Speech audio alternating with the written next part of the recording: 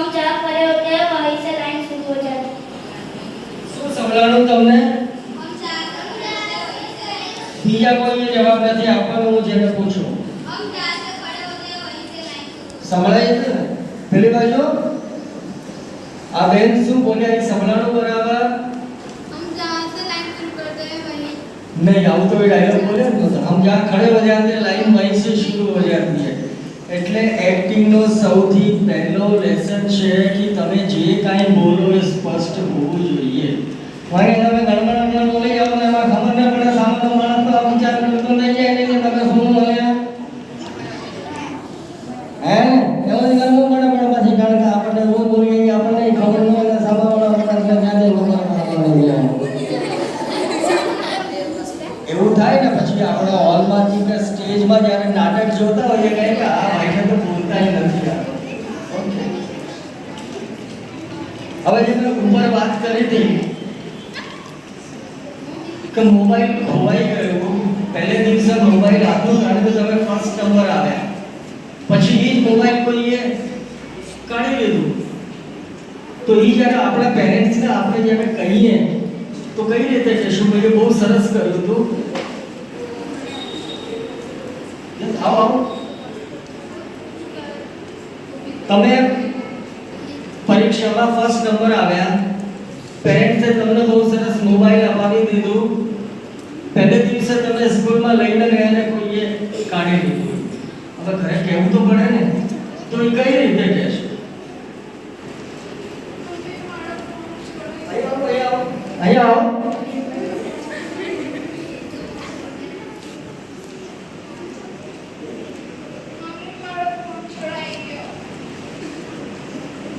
Okay good.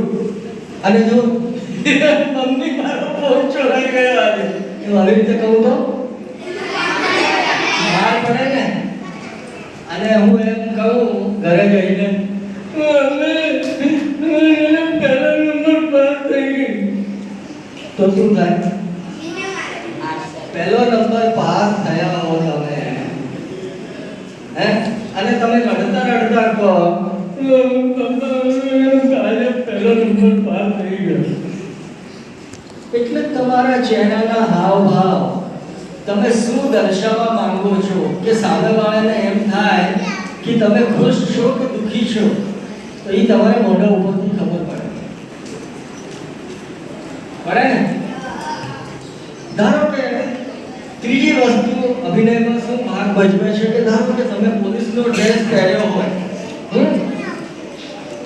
અને તમે જઈને તો એ ભાઈ તારી પાસે જે હોય મને આપી દેજે, તું મને ઓળખતો નથી, હું ભૂપત બારવટિયો, પોલીસનો ડ્રેસ અને ભૂપત બારવટિયાની એક્ટિંગ કરી શકાય નહીં, એના માટે એને બારવટિયાનો કે ડાકુનો ડ્રેસ પહેરવો પડે, બરાબર?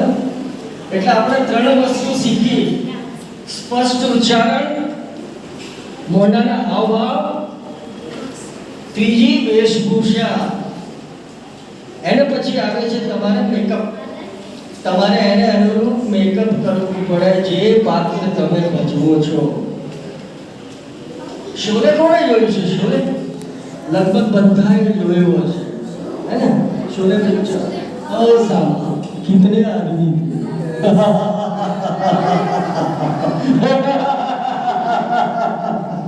એવી રીતે કાંઈ અસર છે ને? ડ્રેસ કેવો પહેરાવવામાં આવ્યો? ડાકુનો। હવે જો એના ગળામાં માળા નાખી દીધી હોય, દૂધીઓ પોતીઓ પહેરાવી દીધી હોય તો એ કાંઈ ગબરના રોડમાં જાણે નહીં। એટલે વેશભૂષા, તમારા હાવભાવ, શબ્દોનું ઉચ્ચારણ, ને બીજું શું જોઈએ? તમારે જો એક્ટર બનવું હોય તો તમારે એક નંબરના બેશરમ બનવું પડે, શરમ છોડી દેવાની। આમાંથી કોણ કોણ બેશરમ છે? કોણ કોણ બેશરમ છે અથવા બેશરમ બની શકે? તું બેશરમ બની શકે? તમે બીજો કોઈ નથી, તમે બેશરમ બની શકો? આવો આવો આવો। એક્ટર બનવું હોય, અભિનેતા બનવું હોય તો દરેક પ્રકારની શરમ ને સંકોચ છોડી દેવા પડે. તમે જો નાટકમાં કામ કરો સ્ટેજ ઉપર તો તમારી સામે 1000 માણસો હશે, ઓકે? તો ત્યાં તમે જો શરમ કરો ન ચાલે કરો તો ત્યાં પણ શૂટિંગ જોવા તો ઘણા લોકો જાય છે ને, કેટલી જલ્દી કેટલા માણસો ભેગા થઈ જાય છે.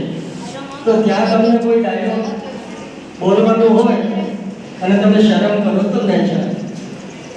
તો આમાંથી તો મને કોઈ લાગતું નથી કે કોઈ બેશરમ બનવા તૈયાર હોય. કોઈ નથી. પેલા ભાઈ કહેતા હતા પણ એ તો શરમાઈ ગયા.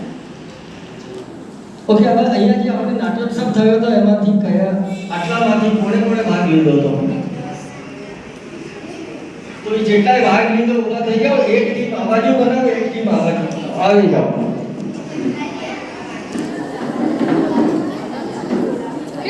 લે સોરી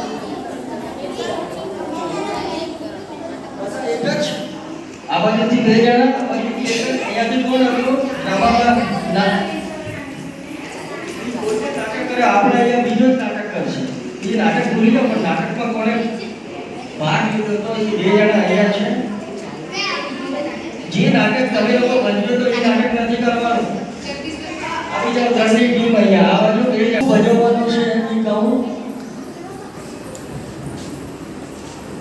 જે હમણાં મેં વાત કરી કે આ પહેલા નંબર પાસ થઈ, તમે એના પપ્પા, તમે એના મમ્મી અને આ 2 જણા સ્કૂલમાં ફ્રેન્ડ્સ, ઓકે? તમે ઘરે છો, આ પાસ થઈ સ્કૂલેથી આવીને તમને કહેશે મમ્મી હું પહેલા નંબરે પાસ થઈ ગઈ. એટલે પછી મમ્મી પપ્પા એને એપ્રિશિએટ કરશે ને કહેશે કે ચાલ અમે તને પ્રોમિસ કરેલો તો તને મોબાઈલ અપાવી દઈએ. એ મોબાઈલ અપાવી દેશે. બીજે દિવસે આ સ્કૂલમાં જશે અને ત્યાં આ 2 જણા કહેવાની છે, આ 2 જણમાંથી 1 જણ એનો મોબાઈલ લઈ જશે.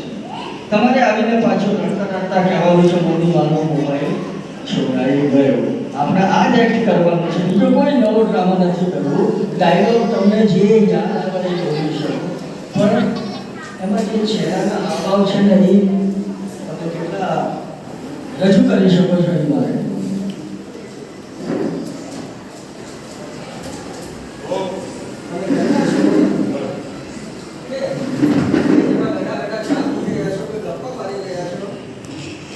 સ્કૂલમાં રિઝલ્ટ આવી ગયું, તમે પહેલા નંબર પાસ થઈ ગયા, તો તમને કેટલો આનંદ થશે, કેટલી ખુશી થશે. હું પાસ થઈ ગઈ બતાવો. યસ મમ્મી મમ્મી તમે મારો રિઝલ્ટ મે પહેલા નંબરે પાસ થઈ ગઈ. મમ્મી મે પહેલા નંબરે પાસ થઈ ગઈ. અરે બાપ બેટા મેં તને પ્રોમિસ કરેલો ને તો કાલે હું તને મોબાઈલ અપાવી દઈશ. ચાલો મોબાઈલ અપાવી દીધું છે. બીજે દિવસે તમે હવે થોડા સૂચનો આપશો ને જો બેટા નવો મોબાઈલ છે સ્કૂલમાં ધ્યાન રાખજે. તમારો કોણ? બાબા છે ધ્યાન રાખજે. મને જોજે પૂરી નહીં છે. હા એજ્યુકેશન જાય તો પહેલા નંબર આવે તો નેટ કેવો. અરે મારો મોબાઈલ મમ્મી મમ્મી મારો મોબાઈલ ખોઈ ગયો છે મમ્મા. મારો મોબાઈલ મેં તો કીધું ને કે મોબાઈલ બરાબર સાચવીને રાખજે. પણ તું મારો બધો મને લઈ લીધો મારો મોબાઈલ. અરે મમ્મી થોડી રડે. ચાલ હું તારી સાથે સ્કૂલમાં આવું છું. તમારા તમે લોકો બહુ સરસ સમજો.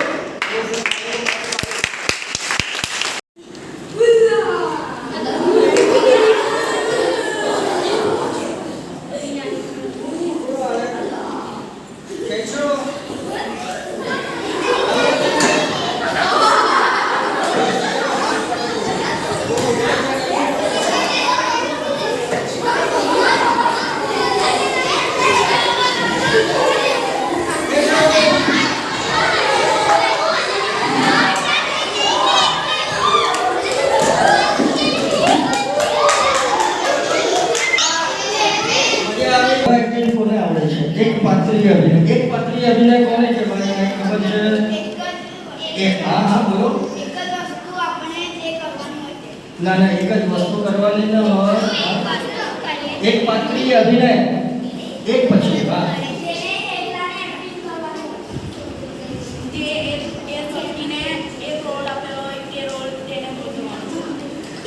પાટલી અભિનય અહીંયા તો કોઈ બોલો છે યસ બેટા જેમ કે કોઈ એક પાત્ર લીધો છે કોઈ એક પાત્ર લીધો જેમ કે મમ્મીનું તો મમ્મીનો જે મમ્મી આખા જીવનમાં જે કરતી એનો રોલ પ્લે કરવાનો એને એક પાત્રી અભિનય કહેવાય. એક પાત્રી અભિનય એટલે એમાં તમારી સામે પાત્ર એક જ દેખાય પણ તમને એવો આભાસ થાય કે બીજા પાત્રો પણ છે એને એક પાત્રી અભિનય કહેવાય. હવે દાખલા તરીકે એક જ મિનિટ મારી બાજુ ધ્યાન આપજો. અહીંયા હું એકલો જ છું ને બીજો કોઈ નથી. ઓકે. અરે મમ્મી તું જમી લે ને હું થોડી વાર પછી જમીશ. મને આજે ભૂખ નથી. તું સવારથી ભૂખી છે તારે પછી પીવી થઈ જશે ને પછી દવાખાને જવું પડશે. તું જમી લે ને મમ્મી. કેટલા પાત્ર દેખાણા? બે. બીજો પાત્ર નહોતો પણ મેં સ્થાપિત કર્યું કે ત્યાં મારા મમ્મી છે એને આપણે એક પાત્રી અભિનય કહીએ. હા એક પ્રકારનો અભિનય એવો છે કે તમને ખબર છે જેમાં એક શબ્દ ન બોલાતો હોય પણ છતાંય સામેથી આપણને ખબર પડી જાય કે શું કહેવા માંગે છે સામેનો વ્યક્તિ. એ ઘણા પિક્ચરોમાં હોય છે જેને આપણે કહીએ મૂક અભિનય જેમાં એક શબ્દ ન હોય ખાલી તમારા હાવભાવથી અવાજ નથી સંભળાતો બરાબર તો માઇક બંધ કરો. સંભળાય છે મૂક અભિનય. હું એક ડાયલોગ નહીં બોલું પણ ખાલી અભિનયથી ખબર પડી જશે કે હું શું કરવા માંગુ છું. હા કરજો હા કરો ને આવો.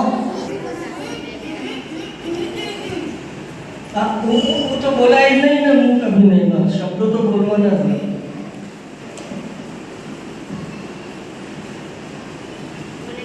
જો સૌથી સારામાં સારો અને તમે લોકો રાત દિવસ કરો છો ક્લાસમાંથી કંટાળો જાવ એટલે મૂક અભિનય. હે જો મૂક અભિનય હું એક માઇન્ડ કરીને બતાવું.